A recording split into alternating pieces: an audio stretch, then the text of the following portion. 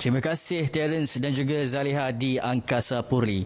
Perlis membenarkan pelaksanaan solat Jumaat di masjid bermula 15 Mei ini mengikut syarat dan juga ketetapan yang dibenarkan. Namun masih lagi belum dibuka kepada masyarakat awam.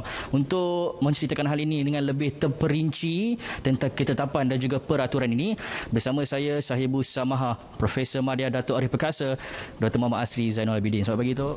Selamat pagi. Baik, Datuk. Bagaimana ketetapan yang dikeluarkan bagi pelaksanaan solat Jumaat di Perlis? Apa alasannya, Datuk? Bismillahirrahmanirrahim. Perkara yang perlu kita tahu bahawasanya yang disebut oleh para sarjana fiqh bahawa solat Jumaat itu didirikan dengan keizinan ulil amri, yakni keizinan pemerintah.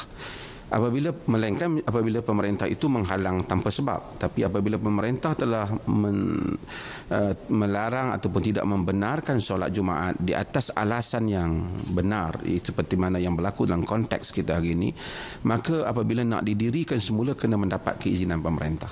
Dan kita dalam konteks ini kita berijtihad untuk melihat ruang bagaimana solat itu boleh ditunaikan disebabkan keadaan yang kita hadapi.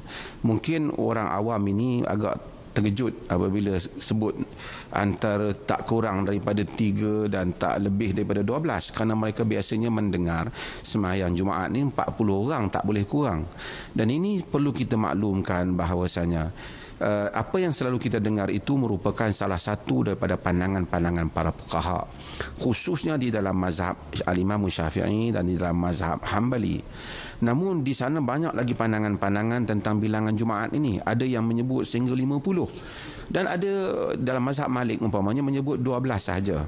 Namun di kalangan para ulama ada yang menyebut sehingga dalam Abu Hanifah umpamanya menyebut 3 tak termasuk imam. Kalau masuk imam jadi 4. Tapi 2 tokoh besar dalam mazhab Hanafi, Abu Yusuf dan Muhammad Hasan Asy-Syaibani menyebut 3. Tetapi apabila kita kumpul ke semua pandangan, kita melihat bahawasanya pandangan yang paling kukuh, wallahu ta'ala alam, ialah yang dipersetujui dalam fatwa kita juga, ialah 3 orang memadai. 3 orang memadai. Ini juga yang telah disokong pandangan oleh banyak sarjana yang mutakhir ini. Jadi kita pilih 3 dan kemudian kita COVID ni menyebabkan kita tak boleh kumpul ramai. Jadi kita nak mengurangkan jumlah itu, maka kita pilih antara 3 dan 12.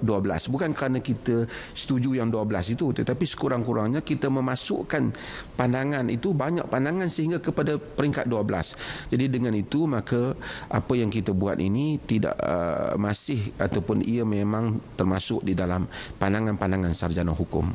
Ya. Baik, Datuk. Berapa buah masjid yang diluluskan serta macam mana pula dengan garis panduan yang perlu dipatuhi? Kita 102 masjid kerana kita ada 105 tempat Jumaat. Tapi oleh kerana institusi-institusi pengajian banyak yang sekarang ni tidak beroperasi, tidak cuti, maka kita ada 102 atau 102 masjid. Dan mereka melaksanakannya dengan peraturan-peraturan yang telah kita tetapkan. Ya. Baik, untuk makluman penonton, bagi melengkapkan garis panduan yang ditetapkan, akan berlangsung majlis penyerahan pengimbas suhu daripada Majlis Agama Islam dan Adat Istiadat Melayu Perlis MAIPS kepada Jabatan Hal Ehwal Agama Islam Perlis yang akan disempurnakan oleh Duli Yang Teramat Mulia Raja Muda Perlis Tuanku Said Faizuddin Putra Jamalulail, merangkap Yang di-Pertua Majlis Agama Islam dan Adat Istiadat Melayu Perlis kepada 102 buah masjid seluruh negeri Perlis yang diwakili oleh Pengarah Jabatan Hal Ehwal Agama Islam Perlis, Dr. Haji Hazman Hassan. Sumbangan ini untuk melengkapkan syarat yang ditetapkan oleh Majlis agar semua masjid melaksanakan pemeriksaan suhu sebelum dibenarkan menunaikan solat Jumaat. Semoga sumbangan ini dapat dimanfaatkan dan memudahkan pengurusan masjid untuk menjalankan pemeriksaan suhu kepada para jemaah yang bakal hadir. Baik, Datuk. Bagaimana memenuhi syarat solat Jumaat ini, Datuk? Ya, solat Jumaat ini asalnya kita semua tahu dia dibuat di tempat yang terbuka bagi membolehkan semua orang hadir. Kerajaan ataupun pihak pengurusan ulul amri ia mempunyai 2 sudut. ataupun dua bahagian yang mesti dipenuhi. Yang pertama ialah soal menegakkan syiar yang merupakan tugasan kepada pemerintah ataupun pengurusan agama. Yang kedua ialah bahagian pelaksanaan tanggungjawab mukallaf ataupun tanggungjawab individu Muslim. Di dalam soal pelaksanaan syiar, maka kita nak membolehkan Jumaat yang setelah lama terhenti ini kembali dihidupkan dengan kadar yang kita mampu. Itu peranan pemerintah yang sedang kita lakukan. Kita tahu kadar yang kita sedang buat ini tidak membolehkan lagi untuk semua individu Muslim pada bahagian kedua itu. Bahagian Muslim menunaikan tanggungjawab mereka untuk datang kepada Jumaat. Namun mereka mempunyai keuzuran yang dibenarkan oleh syarak. Dengan itu mereka tidak gusar bagi benda yang tidak boleh hadir.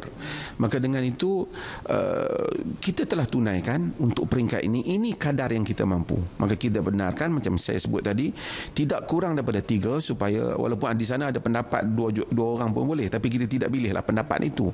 Jadi khatib dan 2 orang pendengar paling kurang dan tidak lebih pada 12. Maksudnya kita bukan syaratkan mesti 12. Tapi kalau nak ramai jangan lebih pada 12. Kalau dia datang 7, 8 orang dengan sebab syarat-syarat kita itu ketat. Umur tidak boleh lebih daripada 60, kemudian soal kesihatannya, soal kena dia ambil uduk daripada rumah.